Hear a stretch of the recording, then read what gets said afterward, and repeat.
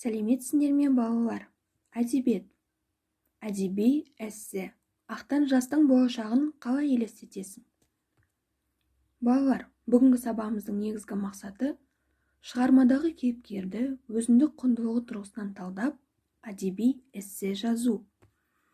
Ендеше, біздің өткен тақырыбымыз Дулат Бабатайұлының «О ақтан жас шығармашылығы».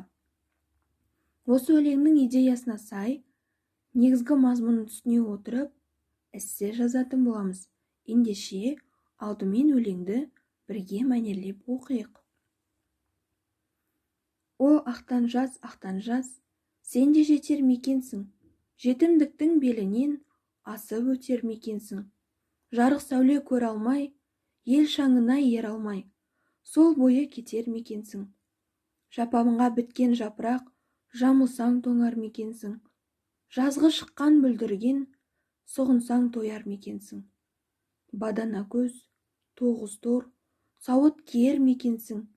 Білтеліні тұтанып, түтін үзбей оқ атып, жау қашырар мекенсің. Тұлпар атты жаратып, құйрық жалын таратып, бежін ерді ерлетіп, жорыққа жортып терлетіп, сырты қырлы жүз алмас, салғандағы жоғалмас, сапа сынар мекенсің.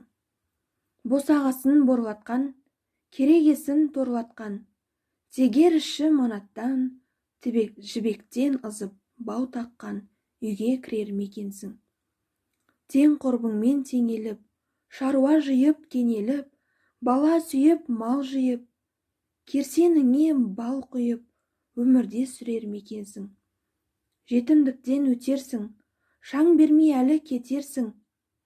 Қажыма, ақтан қажыма, жетерсің әлі, жетерсің.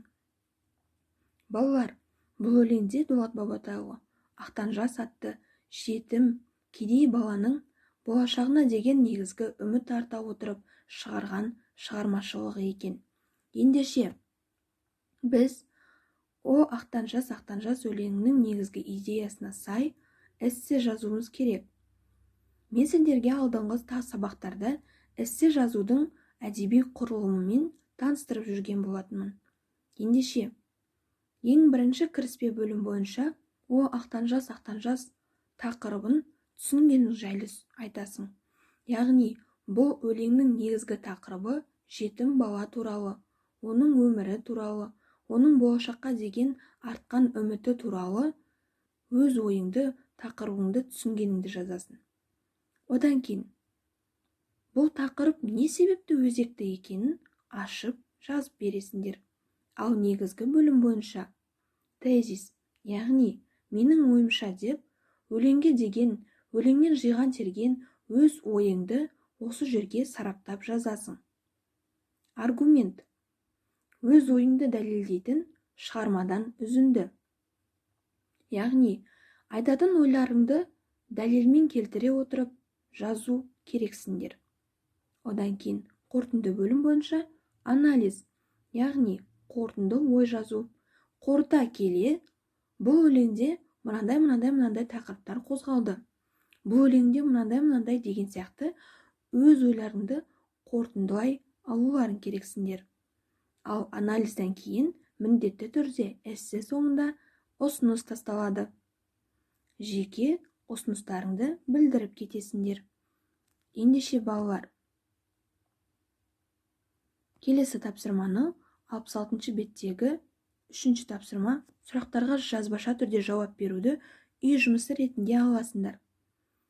Яғни, «О ақтан жас» өлеңінің идеясын анықтау, толғау дегеніміз не? Және шығарма қандай жанрға жататынын жазбаша түрде жауап беретін боласыңдар.